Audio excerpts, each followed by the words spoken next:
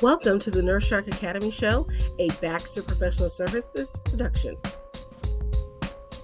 Welcome to the Nurse Shark Academy Show, where we're experts in nursing and experts in business. I'm Tina Baxter, your host. The Nurse Shark Academy Show highlights nurse business owners and others in the healthcare field who promote entrepreneurship. Today's episode is how one nurse bravely asked, "What kind of RN do I want to be?" Today's guest, Darnell Shanklin, Wakanda RN. Nurses, are you burnt out, frustrated, looking for something new? Are you looking for more? Nurses, are you ready to feel the sun? You will dream big and expand your consciousness as an entrepreneur. Your nursing license is your key to freedom. Join the Nurse Shark Academy at the nursesharkacademy.biz today. And welcome to the Nurse Shark Academy Show. I'm Tina Baxter, your host. The Nurse Shark Academy Show highlights nurse business owners and others in the healthcare field who promote entrepreneurship. We interview nurse leaders and encourage them to tell their story. My mission is for you to own your seat at the table of nurse entrepreneurship, gaining the confidence, skills, and freedom to live your life on your own terms. You will dream big and expand your consciousness as an entrepreneur. Join us and support these wonderful nurse entrepreneurs and leaders. Today's guest is Darnell Shanklin of Wakanda RN, and we're going to have to get into that name because I love that. But I want to ask the first question for you, Darnell. What made you become a nurse? All right. First off, happy to be here. Hello, everyone. Well, what made me become a nurse? So this is a funny story for me. So it was not my first choice. Let me go ahead and get that out the way. It was not my first choice. My first choice was actually physical therapy. That was my first choice. So actually, I started taking my basics my first semester for nursing school. I was going to try to become a registered nurse, and then I was like, you know what? I think physical therapy is probably the better route. And then I decided to do that. And then the second semester, I lived with my grandparents. So I lived with a retired registered nurse, and then I lived with a retired LPN. So they had a good hand in convincing me otherwise to change my major. And I was like, okay, I can give it a shot and just kind of see how this turns out. And so I changed my major completely. I didn't look back. It was actually my grandmother, the retired LPN, who convinced me to just go work at a nursing home to get trained to be a CNA first, just to see if I would even like the field. And so I took her advice. I did that. And then I still decided to pursue nursing anyway. And so I've been in healthcare for a while now. I've been a nurse for combined, I believe, 12 years now.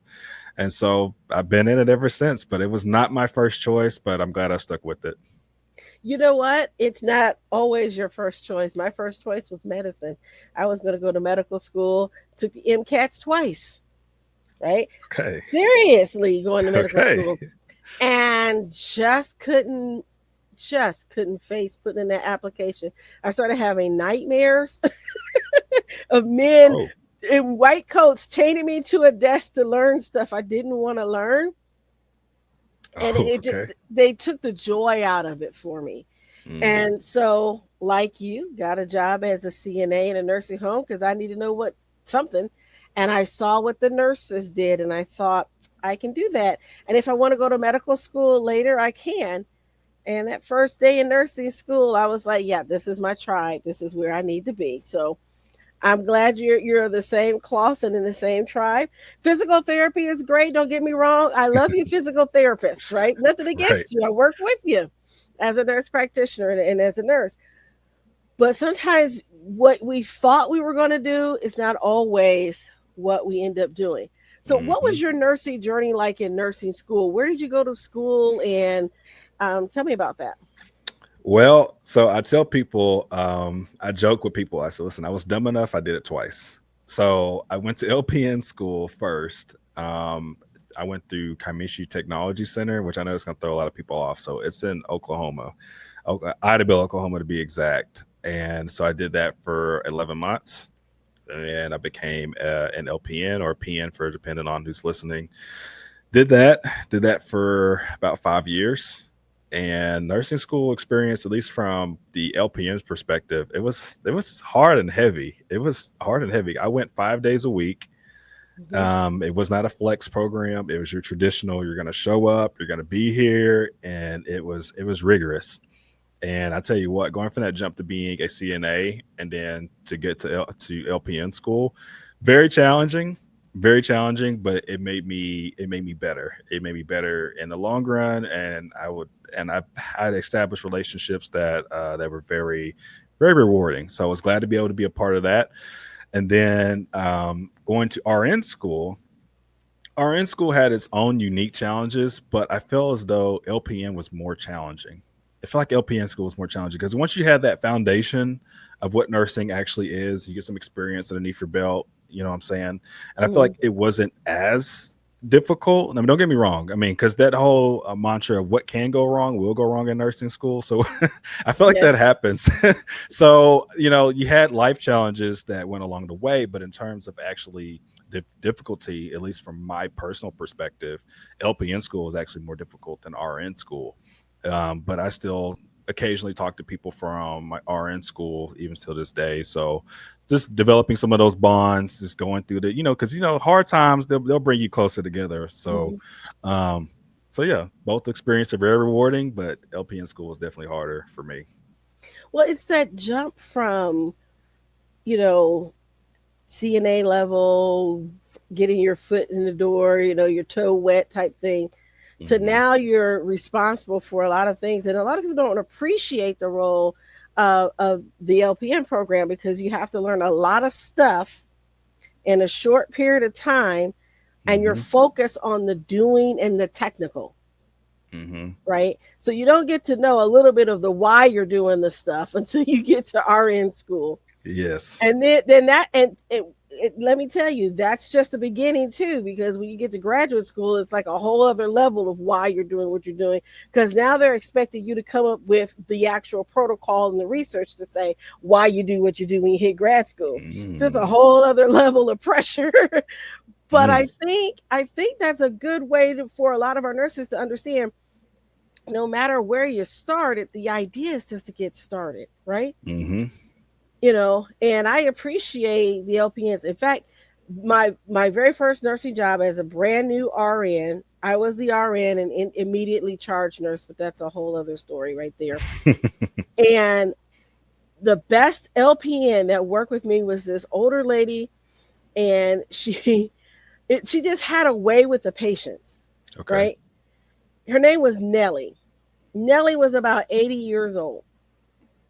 And she would walk up to the most intoxicated, psychotic patient with schizophrenia, and will look them dead in their face with no fear Mm. and tell them to go sit down and go into the seclusion room and relax. And she said, I'll come in, I'll bring your medications. And these rough and tough men who the security guards and police had to bring in 6 and 10 deep would look at her and go, yes, ma'am, and turn right around and go in there, because she had that grandmotherly appearance, and she Mm. just knew everything. And she knew Yeah. how to talk to the patients in such a way that they would listen to her. And so I said, when a brand new nurse, I said, one day I'm gonna grow up, I'm gonna be Nellie, right? Right. Right. Yeah. I want to be Nellie one day because she was awesome, and she just had a way to build that rapport with her patients, and I'll never forget seeing her. Yeah, yeah. To piggyback on that, it's interesting because I had a stint where I worked in the Veterans Center, especially early in my career as LPN. And listen, when there's like a Nelly, I feel like in a lot of places. And Mhm. so I had like a Jeanette, so to speak, and same mentality. Just could tell some of these older vets what to do, and they would listen. And so, yeah, having those older nurses, that grandmotherly appearance, it definitely goes a long way. I think we've kind of missed and lost some of that. There's a way and an art of talking to a patient when they're at Hmm. their worst, Hmm. and having them to open up to you. Hmm. And what I and having been in healthcare for so long, what I see with a lot of our new grads is more of a, I don't want to, more of a call center sort of customer service Hmm. level. You know what Yeah, I'm saying? I do. Where it's like, oh well, you're being rude to me, so I'm just gonna hang up on you. And that's what happens, is that internally hanging up on the patient, and the patient can sense that. And then we Yes. kind of, again, I'm not throwing shade at any nurses and saying the proverbial what could you have done better, but I also know how we talk to people, and a lot of our young people have lost that art of being able to talk to people. Hmm. And I Hmm. see that, and that's where things get escalated. And I'm like, you have to learn how to not take some things personally. you know, Yes. they want to make it personal, but you can't let it get personal. No, And no. we miss that. Yeah, we do. And I think a lot of it is, if you kind of think about it, if you think about what it means to be social, I think social skills. How do you develop social skills? You got to fine tune those skills. You have to use it, right? And so if you think about it in this technological age, to where you don't have to say a single word, but you can just type, or you can text, or whatever, you're going to develop these barriers when it comes to one-on-one communication and the different types of communication. A lot of people don't even know different types of communication, but a lot of this is getting lost. A lot of people don't know how to interpret body language. Yes. They don't understand verbal and even nonverbal behavior. They don't understand it. But the thing is, in order for these skills to develop, they need more of that one-on-one time. They need to practice. They need to use these skills. So people need to learn to be social again. And also too, you will have better patient care. You have better patient outcomes if you can communicate better. So I'm right there with you. There's definitely that aspect that is definitely missing right now in nursing, and we need it to come back. we need it to come back. Well, and I feel for the students that came out during the pandemic. Oh I yes. talked to some of them. In fact, I'm tutoring some of them. And part of the problem is that they didn't have that patient engagement because they weren't allowed in the hospitals. Hmm. So you had two groups. You had the group that graduated just as the pandemic was happening. So they were just thrown out and said, all right, you're a nurse now. Forget taking the Hmm. NCLEX. We just need bodies. We're going to give you a provisional license. At least that's what happened in my state. and Hmm. then and then later on take your NCLEX. That's kind of what they did. Or the people that didn't get the chance to get that good experience. And so all it was simulations and in the lab, because you couldn't get in. Hmm. And so now we're expecting you to know all this stuff and how to talk to patients, and when you haven't really had the opportunity to do much. And so I felt really bad for how some of these students, during the pandemic, their education to me was almost cheated. Mm. And I worry about how we're training our nurses now, because we're training them to pass the NCLEX. We're not training them to be critical thinkers. We're training them to pass the standardized test. Hmm. Hmm. And that's concerning to me as well. I just started recently tutoring, and this is why it's so fresh in my mind. And one of the things I noticed is that a lot of them don't even know what medications they're giving. Hmm. I'm like, how do you give a medication you don't know what it is? Right. Right. I You think I think we come from that old school of, you're going to be drilled. You're Yes, not going to give a med unless you know everything, the pharmacological action, the side yep, effects, the adverse effects. I mean, you're going to contraindication. You're going to know everything before you give that medication. And I guess it's just not like that now. it is not. And then you wonder why. And I am not blaming Redonda at all. Talked with her, you know. Um, but when you don't teach that, Hmm. and then you're new in the field, right? That's how mistakes happen. Hmm. For want of just taking a moment and looking it up. I'm like, we got all these apps. You can download a free app on your phone and look up medications, right? Yes. So why Yes. would you use that? If you don't know what that is, look it up. I mean, every day I'm seeing patients, I still look stuff up. I'm looking up with the patient. I say, well, let's look it up. Let's find out. Hmm. I can't Hmm. remember every medication and all the No. dosages and how it comes, but I look it up right in front of them, and I said, we're gonna look this up together. Mm-hmm. and that brings them into the treatment. And so like I said, I appreciate the LPNs. They do so much. They don't get enough credit for what they do. But I understand, and this is what I tell my RN students. I'm like, hey, you're going to be the RN. So that, guess what? That means it's your license. You're in charge. Yes. You need to hear that reality. Yes. Yes. When you get on that Yes. unit, it's you. It is down to you. So what did you do what was your first assignment when you came out of nursing school as an RN? Where did you go work? Whew. So I had a big transition because in the area that I'm located, um, you were very limited on the options that you had as an LPN. So that was another reason that prompted me to go to RN school. So, primarily my most of my career was spent in long-term care sector. And Hmm. it wasn't until I became a registered nurse that I was able to go to our local hospital because they did not want LPNs. They wanted registered nurses. Yes. And then it was just around the time period where a lot of places were going to BSN and TN because some states already have it, but this particular hospital was wanting this. They were wanting more BSNs. Eventually, they caved in, but that's another story for another day.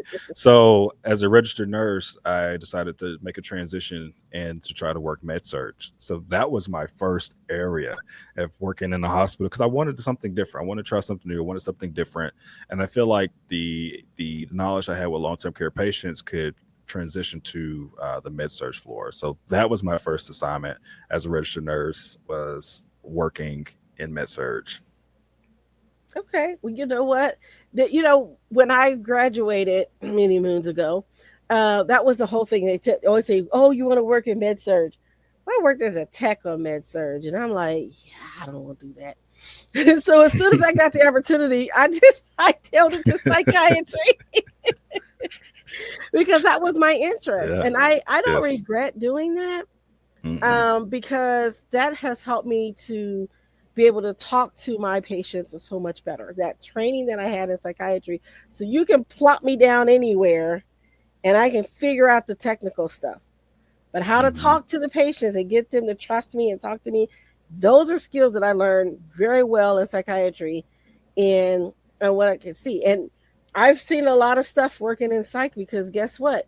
Just because you have a psychiatric issue doesn't mean you don't have diabetes Exactly. or high blood pressure, Exactly. or as one of my patients, respiratory failure. I'm like, why are you on my unit? Mm-hmm. Mm-hmm. Mm-hmm. Because he kept decannulating himself. So they put him on the psychiatric unit. I said, y'all do know we only have like an oxygen tank that lasts 2 hours, right? That's all we have up here. Right. You're not allowed to die up here, okay? You got to No. go somewhere else in this hospital. Not in psychiatry. No, Yeah. you don't die till you get to the ER. Okay, I don't care Like, what it said. You didn't just die not till here. you got to the Just ER. not here. I can't blame you. I can't you, blame you. you people don't understand. If you die in the hospital in the ER, you die on the ICU. You were sick, right? It was Mm-hmm. expected. You die Mm-hmm. in a psychiatric unit, no matter what killed you. It is an investigation from the state, from the feds, that could last over a year. No matter what happened, it could be natural causes. You had a massive heart attack, a stroke, don't matter. Your butt was in a psychiatric bed. That's what matters. It Mm-hmm. automatically triggers that. You can't get around it. So I would just tell them you are full code according to us until we get you out next door. The DNR doesn't exist. It does We not couldn't find exist on this unit. it. We're gonna full code you till you go somewhere else. That's So right. that's funny. That's funny. I so like it. so then as you grew in your career, Hmm. what kind of changes did you make? Because how did you get to Wakanda RN? Tell me, how did that come about? Oh my goodness. How did Wakanda RN come about? Well, it's really interesting because, for years, people used to tell me, You have like this radio voice. Have you ever done anything with broadcasting or anything like that? And I've always told people no. Like I know I've been gifted with this unique voice, and I haven't really done anything with it. And so, what's funny about the name Wakanda RN? So, when Black Panther was popular, and Yes. I'm sure people can give me a better understanding. I don't know if it was 2018, 2017. I can't remember, but around that time period, right?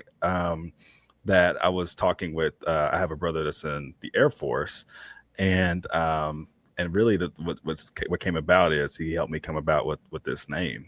And so, shout out to him. But at the time, it was just a name.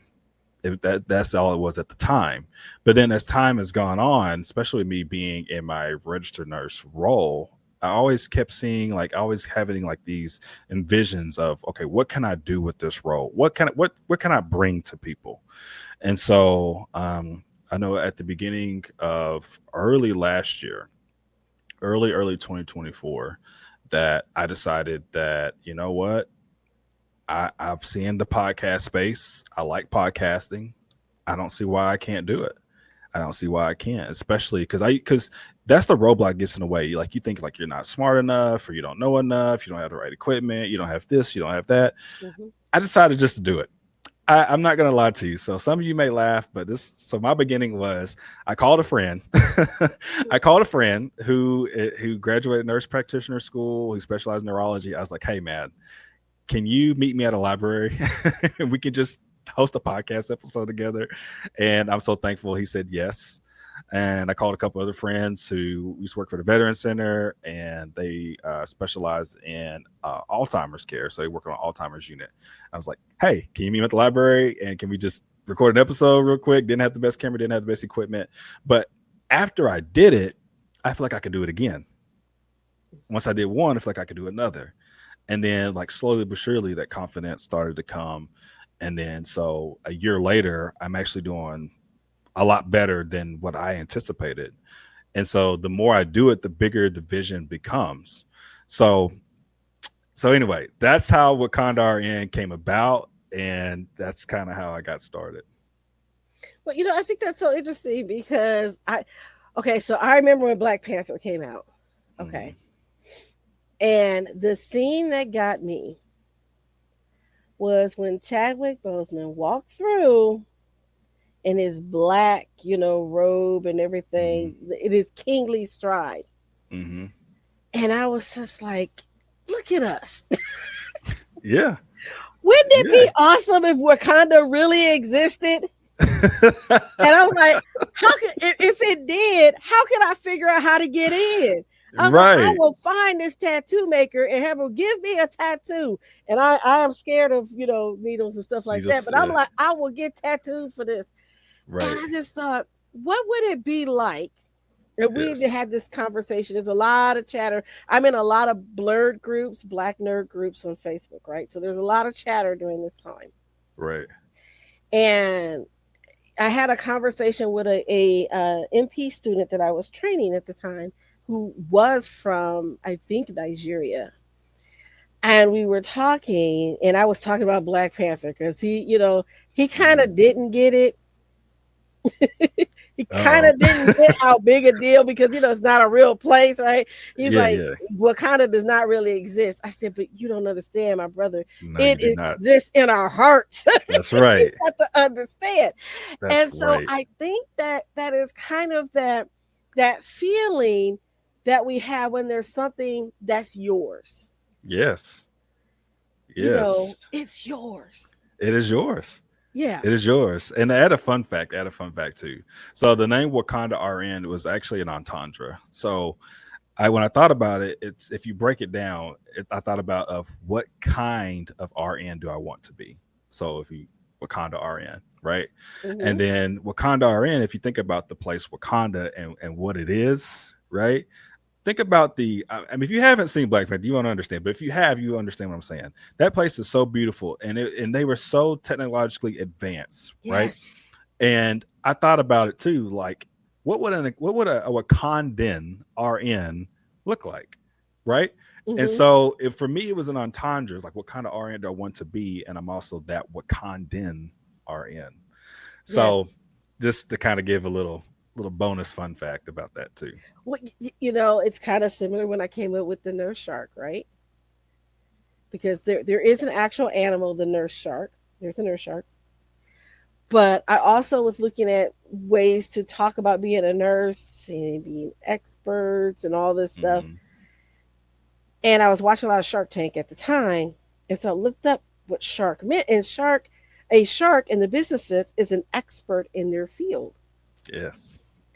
And that's how the nurse shark was born. And so that's what gave me the vision for that. And so I appreciate you asking what kind of RN you want it to be, because that makes sense to me. That resonates with me. And when I saw the name, I was like, I got to get him on this show.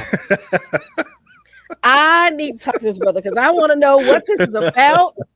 I love that. I have got to find out, and that's why I wanted to get you here. I was like, and you're a fellow podcaster, so let's talk about that, because there's Yes. nurses out here that are probably listening to this show and are Yes. thinking about starting a podcast Yes. and thinking, it is the platform oversaturated? No, no, No. no. There's so much room for you.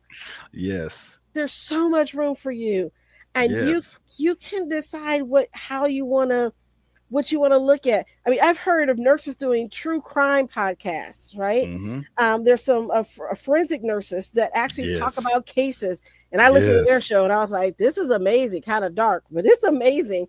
Yes. Says the person who lives in psych. But anyway, it was like that was a little too dark for me. It was like, can't listen to this every day. I gotta take a break. I gotta listen to something happy, because I was listening to the 3-part episode about um child abuse. And so I was like, yeah, I need a break from that. Hmm. Because it was so Understandable. heavy.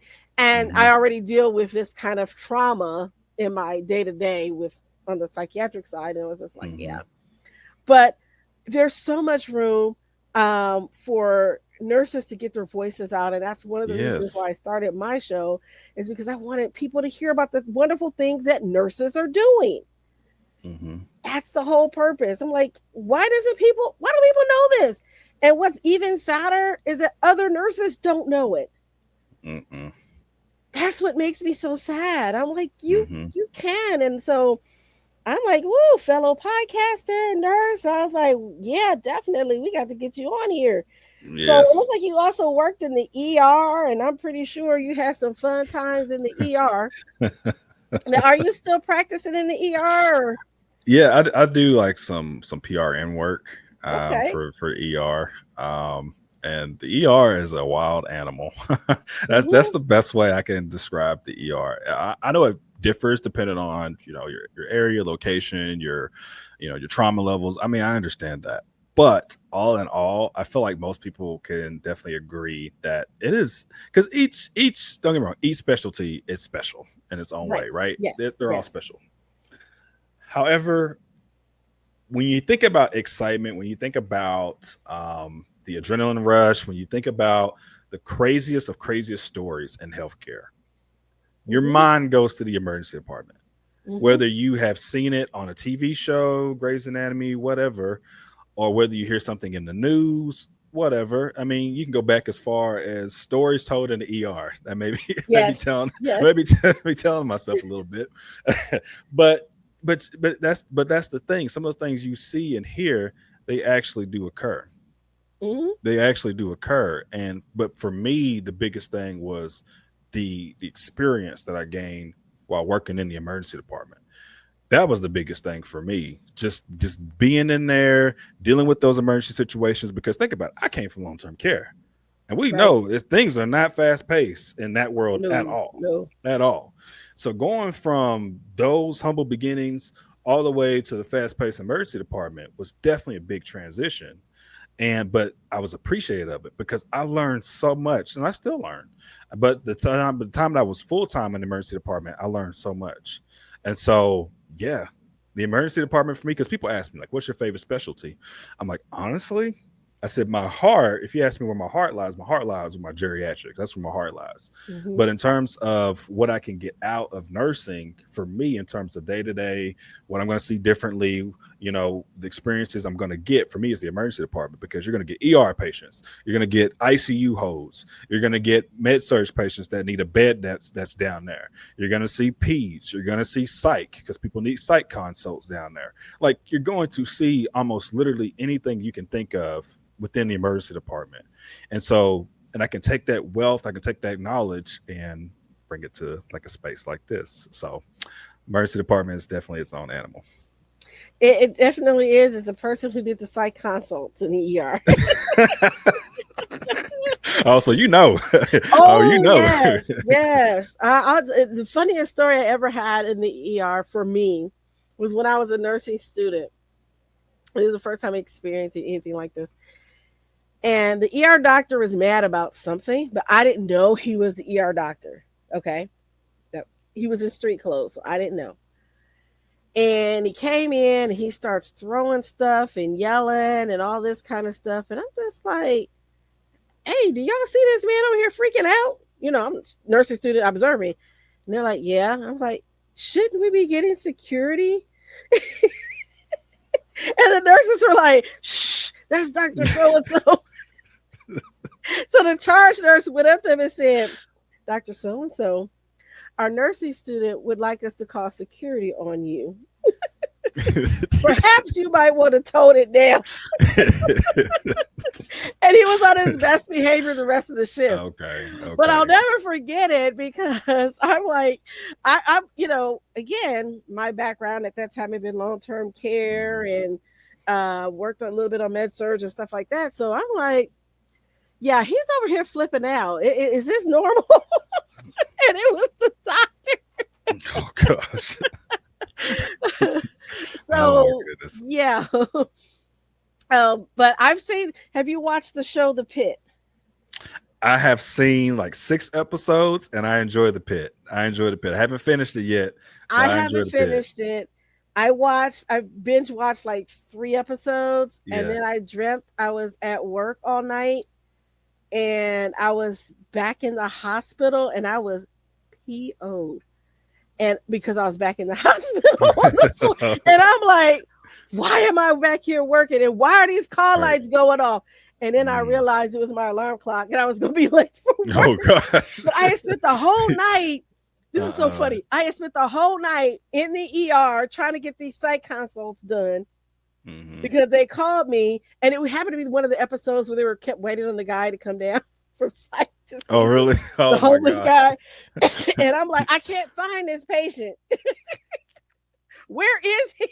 Right. Did y'all let him leave? And I was just Right. like, I've got to find a bed for him. I was a supervisor on psychiatric units, so um, and I was trying to do this psych consult all night, and then I woke up and I had a full panel of patients to see, and I'm just like, yeah, this is not good for me. I gotta watch this in segments. Well, with that, I can't blame you. I can't blame you. I would do the same thing too. I hate those dreams where I dream I'm at work all night and then all day, and I wake up and I have to go back to work, and I'm just like, it really makes me mad. Oh, those are the worst. Those are the worst. You feel so exhausted. Like you already worked 12 hours in your dream, right? And then you got to work Yes, another 8 or 12 hour shift. and I don't So, get my money. I'm like, no, I that's right. worked 10 hours already. I You, don't you get my work money. you Mhm. work for free. You work for Yes, free in your dream. in my dream. Oh, I hate that. Oh, I So hate yeah, that. I'm right there with you. I'm Hmm. I'm right there with you, 100%. Yeah, I used to have all these nightmares about these call lights going off all the time, and it was Hearing call lights horrible. in your sleep is never good. No, Never IV good. pumps were going off, and I'm just IV like, pumps, it's a yes, pump, and yes, it's the alarm clock, and dang yes, it. yes, yes. I Yep. listen. I know. I'm right there with you. Well, I used to work night shift, so used to work Oh, same, nights on the same, psychiatric unit. same, same. Night shift. Yep. And how at ERs is very similar. You pray that you aren't the one working or on call on the full moon. Oh, oh, because Ooh, I'm like, oh no, no, no, no. I know it. I know it. It's a real thing. Some people don't think it exists. It's a it real. it's a real thing. It's a real thing. I don't know, and when the season starts to change, it's like, all That's right, another I'm one. ready for the manic episodes to start. Because either you're going to get really depressed or really manic. You just kind Hmm. of know. I had a resident who was bipolar, and she would tell me, "I'm flying, I'm flying." That was her way of saying she was manic. I was thinking Southwest. Yeah, I was like, "Okay, we'll adjust your meds temporarily for a little while till we get you back to where you need to be." Hmm. Hmm. She couldn't really verbalize anything else, but we knew what that meant. I'm glad y'all. I'm glad y'all know. I'm glad y'all Hmm. know because sometimes that verbiage that they use, it's kind of hard to interpret to understand. But if you spend enough time with them, I mean, you'll have a pretty good understanding what they're talking about. Yeah, yeah. Well, we saw the behaviors. It's like, oh, we kind of escalated. We were kind of irritable today. It's like, oh. Next thing you know, she's talking about, yeah, I'm flying. I was like, yeah, we see. You know, we gonna fix that. Yeah, She we believes know she can that. fly, huh? Yeah, that was her way of saying her moods were so up and down. She was flying. I Gotcha. was like, yeah, and it's interesting because when you get into older adults, a lot of them that do have mental illness. And a lot of people don't understand this, but just because you're 90 years old does not mean that you are no longer bipolar. Yeah. And we found out that the hard way. Hmm. I had a lady who was 90 years old on 0.25 milligrams of risperidone. Really? And we're like, she don't need that. That's a baby dose. Oh, yes, she did. We weaned her off that medicine. She was good for like 24 hours. Really? Yes, and it was like she started trying to escape the building. She was hitting people, getting out of her wheelchair, was assaulting me as I was trying to get her to sit down because we took away 0.25 milligrams. I said, let's put that back on her med list. Hmm. Leave it on there because in older adults they always try to get rid of the psychotropics. And I said, no, she needs this. No gradual dose reductions for her ever again. It is worse for her and a safety risk for her to stop this medicine. Once we got her back on it, she calmed down, wasn't a psychotic, wasn't seeing things that weren't there and talking to people that weren't there. I mean, just that quick. 24 hours, Wow. weaned her off of it, got her off of it. 24 hours later, we started escalating and behaviors got worse and worse. And I was afraid she's going to fall and break her hip. And she was determined. She was getting out that building. Oh my gosh, that does happen a lot. Where psychotropic drugs they try to taper them off, especially the elderly, the geriatrics. That happens a lot, and it's like, Hmm. I know why you have to do that, but they really need that. They really need that. Yes, yes. If you have a diagnosed mental illness, schizophrenia, now sometimes it can go into remission. I've had people who are older, their schizophrenia is well controlled with their medicines. They do really well. They're not having their hallucinations anymore. But take that medicine away and see what happens. Mm. You Mm. know, it's not pretty. And so I tell people, when we talk about deprescribing for older adults and trying to bring down their meds, do it slowly and watch what happens. Nothing's more cruel to me than having someone who's been on Valium 10 milligrams 3 times a day for 30 years, Mm. and you bring them in and you yank it away from them. And then you wonder why you have all these behaviors. And I'm like, they're going through withdrawal, man. Why didn't you just gradually reduce it? You could take 6 months and get them off of it. Hmm. They've been on for 30 years. You just can't yank them off their benzos like that. No, no. It doesn't work that way. You're going to create a worse problem. Then they wonder why they're delirious and everything else because you took away Yes, their meds like that. yes, yes. I'm glad you're speaking on that because that I've definitely seen that throughout my career too. Yeah, Terrible. and so I my background is geriatrics too, and so I'm a gerontology nurse practitioner, And so I do a lot of neuropsychiatry, and I'm like, stop yanking these people off their meds. Gradually put them on it, and gradually take them off of it. Yes. So that's how you do. So tell us about your show. What is your theme of your show? What do you guys talk about on your show? And how do we get to listen to your show? Wakanda RN. Man, so my show, I tell people, so my show is about the weird yet wonderful world of healthcare with Wakanda. So that healthcare is broad, right? Why? Because healthcare itself is broad. You know what I'm saying? There's people who can talk about specifics, but however, let me bring you the broad aspect of healthcare. Let me bring in people who specialize. Maybe you want to talk to an NCLEX coach? Okay, I can bring you an NCLEX coach. You want to talk for somebody who's a travel nurse LPN in Canada? Okay, let me bring that person on, right? And talk about how to get that if you want to become a travel nurse in Canada, right? Or just different aspects. So, I've talked to nurse practitioners, I've talked to speech pathologists recently and occupational therapists. So I'm trying to bring the worldwide healthcare onto my show, and let's talk about a variety of topics, right? And so because I want people to feel awesome. I want people to understand what they bring to the table in terms of healthcare, because a lot of people are very good at what they do, but you'll never hear about them. You'll never hear their stories. Or there's certain things that you may wonder about that you won't hear practically anywhere else. Not saying that you can, of course, but just from what I've seen so far. And so I explore that weird but yet wonderful world of healthcare, and it's Wakanda's world. So recently, I'm partnered with Apple, because at first I was just really triggered to like YouTube, but Mhm. now you can find me on Apple, you can find me on Amazon Music, you can find me on Podcast Listen. I mean, you can find me almost anywhere there's a podcast listing. Spotify, wherever you want to find a podcast, you can find it.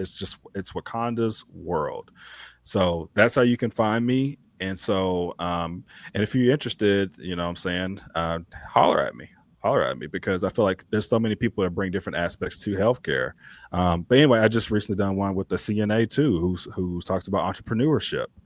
How she went from being a CNA to being a health insurance broker. And so we talked about that. And so, but anyway, just anything. So it could be entrepreneurship. It could be what's going on within today's climate, up and coming changes. So just a wide, wonderful world of healthcare. And that sounds wonderful. So I'm going to make sure we put the links in the show notes for you to listen to the show. I encourage you to do so. I subscribe to his YouTube channel because I wanted to see what was going on over there. Because, like I said, you had me at Wakanda. Okay, you had me at Wakanda. And I'm just so excited. Now, I'm going to kind of switch a little bit because I know we've been Yeah. talking about the podcast and everything. But I have another show that I do, a nursing news show once a Okay. week. And one of the things that I highlighted for our nurse making a difference this week was a brand new nurse that graduated from one of the HBCUs, and he's a male, and he's a black male nurse. And so I did not want to lose this opportunity to talk to you specifically about that, what the experience like for being a male, which I know is very um, sometimes limited in nursing. You Hmm. find your counterparts, but also Hmm. in particular being a black male in nursing. As I'm the president of the Black nurses here in where I live, I want to talk about that because I think that's important. What was your Sure. experience like? Whew. It's a variety. I'd be lying if I sat here and didn't say that I didn't face any prejudice, if I didn't face any racism, if I didn't face any, if I didn't face any of that. That has definitely happened in my career, especially early. Hmm. For example, if you look at somebody that's black or somebody of color, you're going to assume that they're less than. I've had people do that. I've had people look at me and my name badge is specifically says LPN or nurse, and they'll say, "Are you a housekeeper? Are Hmm. you a CNA?" I'm like, "My badge is right here. I'm a nurse." They'll just look at you, and because of what you are, they just assume that you're less than. And so that's happened multiple times. And then and also as well, being a black nurse, a person of color, especially in America, I feel as though that sometimes you work with geriatrics. I've had this happen more geriatrics more so than the other age groups, but especially at those who may or may not have Alzheimer's, or people will say, well, they came from a different time period. I'm like, I don't want to hear all that, but they've called me racial things and stuff in the past too. I've been called an N word and things like that, and so those are things that have happened, right? And that's just being a black male. But the thing that I do love about being in this space, which I know it's increasing since I've started healthcare, I've seen more people of color, more people that are black coming into the field, and so male, female, etc. But I can also say too, I'm glad that I've had these experiences just in hindsight, so I can help the next generation that's coming up too, to let them know, like, okay, you're dealing with these things, but you can overcome, and this is how you can overcome, right? And also, people can look at me and they say, okay, well, he's doing it, and so I can do it too. I've had people, family, thank me for being in this space. It's like, hey, it's nice to see a familiar face. It's nice to see. I've had people tell me it's nice to have a black male in this space, because we need black men. Yes. You need black men in these roles, in these positions, because it's relatable. It's so relatable to have that person that can be there for you. And so, when I was young in my career, I didn't understand it, but the older I've gotten within my career, the more I've accepted it. I've Mhm. accepted this role, so to speak, and it's been good, because I'm able to help the next generation. So, I've seen the bad, I've seen the ugly, but I've also had people that have been really appreciative that I'm in this space. So those people give me that positive feedback. Those people ask me for advice, what it means to be a black male within healthcare, a black male within nursing. That helps me a lot too. So that's what I have to say about being a black male in this healthcare space. Well, I have to tell you, as a person who was on the other side, I was a patient getting a colonoscopy. Always a fun time, right? So I'm nervous for this test, and I've never met this doctor, and the doctor that they assigned to me comes walking in, and it was a black female, and I just immediately felt so much better. Yes. I just felt like I'm in good hands. All my other doctors, with the exception of this one doctor that I had temporarily, no long story about that one. But they've been white males. Hmm. And for me to have a black female gastroenterologist doing my testing, I was just Hmm. thrilled. I was like, you don't know what you just did. You'll probably have a patient for life. Because I just immediately felt like I was safe. Right. And Yes. it's not that I expected anything to happen with the other gentleman. Don't get me wrong, because my first doctor, he was awesome. I loved him. I hated when he retired. But it was just knowing that I knew she knew what she was doing. She had that level of confidence about her that just made me feel instantly like I was in good hands. And I can see Hmm. that about you, is that there's a level of confidence that comes in that can put people at ease, particularly when you feel like people don't listen to you, and you feel marginalized. And I'm not just talking about racially, but I've had some patients, because they've had a mental health diagnosis. Sometimes they don't get listened to, Hmm. and I've been able to find some things. Oh, you say this and this and this, and we found out. Well, you know what? Yeah, you do have something physically wrong with you. It's not all in your head. This is a physical cause. Let's send you to the right doctor that handles that physical cause stuff. Hmm. Um, and so I think having that representation is important. I want us to feel like we can do it. That's all part of that Wakanda feeling, that we can Yes. do things, we can be things, we can have things, Hmm. um, and taking ownership of our own lives. And that's what I loved about the movie, was not that they were all segregated and it was their whole thing. It was the fact that they took what they had, Hmm. built upon it, created Yes. this entire society where Yes. if you were part of their group, everyone had a role, a place, and they belonged. Yes. without being fettered with the whole, you're less than. Everybody has a role in making Yes. our society thrive. And I think Hmm. we should do that. That should be the feeling we should carry into nursing, that everybody, whether you're a CNA, an LPN, a physical therapist, everybody on the healthcare team has a role to play. Yes. And we bring in our expertise. And it's so important that we're able to foster that, and giving the patient the space to express what's happening with them. Hmm.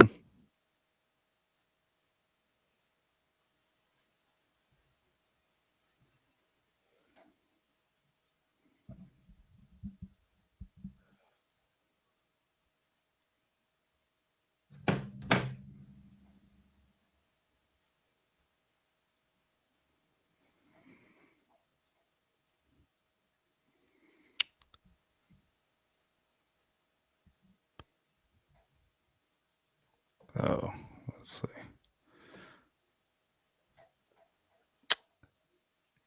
Okay. Lost the sound there. Let's see.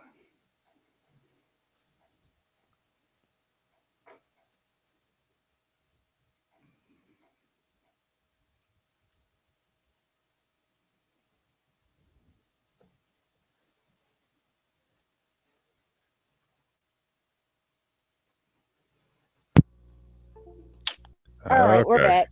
There we go. Sorry about that. I stepped on the cord again. I got a really You're bad good. habit of doing that. So I asked them, if you had a piece of advice to give a budding entrepreneur or a budding podcaster, what would it be? My advice is don't be afraid to fail.